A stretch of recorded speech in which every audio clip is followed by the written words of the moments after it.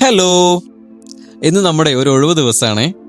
സാധാരണ നമ്മുടെ എല്ലാ ഒഴിവ് ദിവസങ്ങളിലും നമ്മൾ എങ്ങോട്ടെങ്കിലും ഒരു യാത്ര പോകാറാണ് പതിവ്. സോ ഇന്നും നമ്മളൊരു യാത്ര പോവാണ്. ഇന്നത്തെ യാത്ര ഒരുപാട് ദൂരത്തേക്കല്ല, വളരെ അടുത്ത് കിടക്കുന്ന വളരെ പ്രശസ്തമായിട്ടുള്ള ഒരു ഫാം കാണാൻ വേണ്ടിയിട്ടാണ് പോകുന്നത് കേട്ടോ.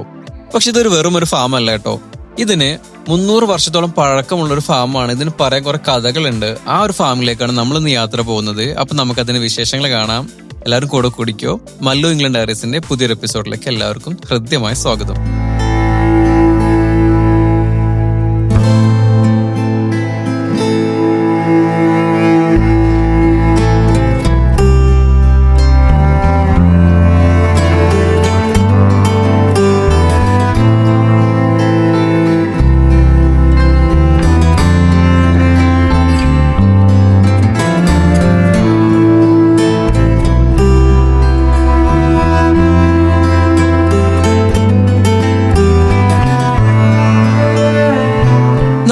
ഇന്ന് കാണുന്ന ഈ ഫാം തുടങ്ങിയിട്ടുള്ളത് ഒരു കുടിലായിട്ടായിരുന്നു. ഇതിന്റെ തുടക്കകാലം എന്ന് പറയുന്നത് അന്ന് 1700കളിലാണ് ഇത് തുടങ്ങിയിട്ടുള്ളത്.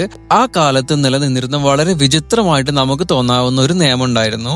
ആരെങ്കിലും ഒരു സ്ഥലത്ത് കുടില് വെച്ച് ഭക്ഷണത്തിന് വേണ്ടി അവിടെ തീ കത്തിച്ച് 3 ദിവസത്തിനുള്ളിൽ തീ കത്തിച്ചു കഴിഞ്ഞാൽ ആ സ്ഥലം അവർക്ക് അവകാശപ്പെട്ടതാണ് എന്നുള്ളൊരു നിയമം നിലനിന്നിരുന്നു.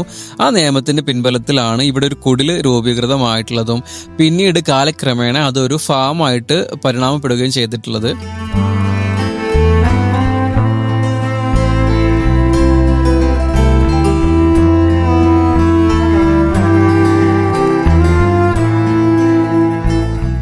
ആയിരത്തി 1837 റിച്ചാർഡ് ലീ എന്നൊരാളായിരുന്നു ഈ കുടിലിലെ താമസക്കാരൻ. അദ്ദേഹം പ്രശസ്തമായ സ്കോട്ടിഷ് കവി റോബർട്ട് ബേൺസിന്റെ ടാം ഓ ഷാൻഡർ എന്നിട്ടുള്ള കവിതയിലെ പ്രശസ്തമായ ഒരു ഭാഗം കൊത്തിയിട്ടുള്ള ശിലാഫലകം ഇവിടെ സ്ഥാപിക്കുകയുണ്ടായി.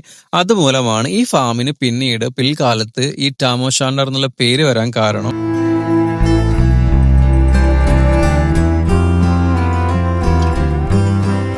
20ാം നൂറ്റാണ്ടിന്റെ മധ്യത്തില്, പ്രത്യേകിച്ച് 1950കളിലും 70കളിലും ഒരുപാട് തവണ ഇവിടെ തീപിടുത്തങ്ങളൊക്കെ ഉണ്ടായിട്ടുണ്ട്. 75 1975 വലിയൊരു തീപിടുത്തത്തിന് ശേഷം ഈ കെട്ടിടം പൊളിച്ചു കളയാൻ വേണ്ടിയിട്ട് കൗൺസിൽ തീരുമാനിക്കുകയുണ്ടായി. പക്ഷേങ്കിൽ ഈ നാട്ടിലെ ജനങ്ങളുടെയും അതുപോലെ തന്നെ ബിർക്കൻഹെഡ് ഹിസ്റ്ററി സൊസൈറ്റിയുടെ ഒക്കെ ഇടപെടൽ കാരണം കൗൺസിൽ ഈ തീരുമാനം മാറ്റുകയും ഇതൊരു ഫീൽഡ് സ്റ്റഡി സെന്റർ ആയിട്ട് പുനഃസ്ഥാപിക്കുകയും ചെയ്തിട്ടുണ്ടായിരുന്നു. 1977 ആദ്യത്തെ സ്കൂൾ സന്ദർശനത്തിന് ഇത് വേദിയായി. പ്രകൃതിയോട് അടുത്ത് ഇടപഴകാനും അതുപോലെ തന്നെ മൃഗങ്ങളെ സ്നേഹിക്കാനൊക്കെ വേണ്ടിയിട്ടാണ് ഇവരിതിനെ കാര്യമായിട്ട് ഉപയോഗപ്പെടുത്തുന്നത്.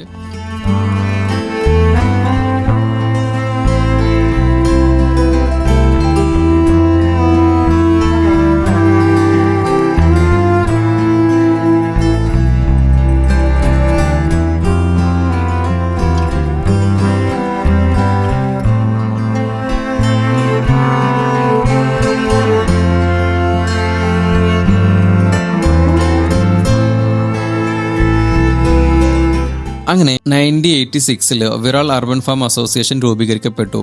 തുടർന്ന് ഈ കുടിലിന് ചുറ്റുമുള്ള 4 ഏക്കർ സ്ഥലം ഇവർ ഏറ്റെടുത്തിട്ട് അതൊരു ഫാമായിട്ട്, ഒരു അർബൻ ഫാമായിട്ട് രൂപീകരിക്കുകയുണ്ടായി.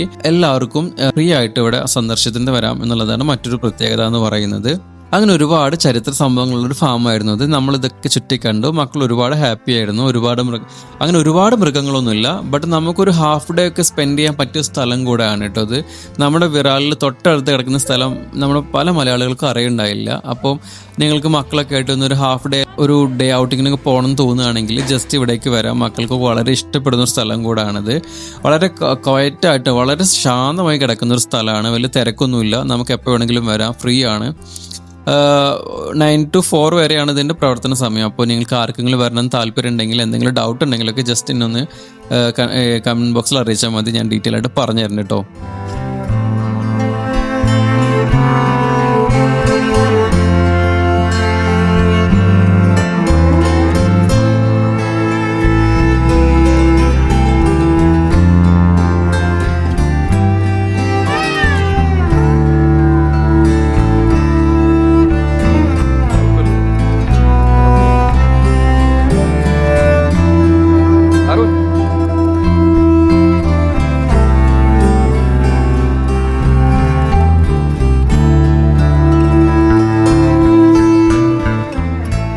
സോ ഇങ്ങനെയൊക്കെയായിരുന്നു ഞങ്ങളുടെ ഇന്നത്തെ ഡേ.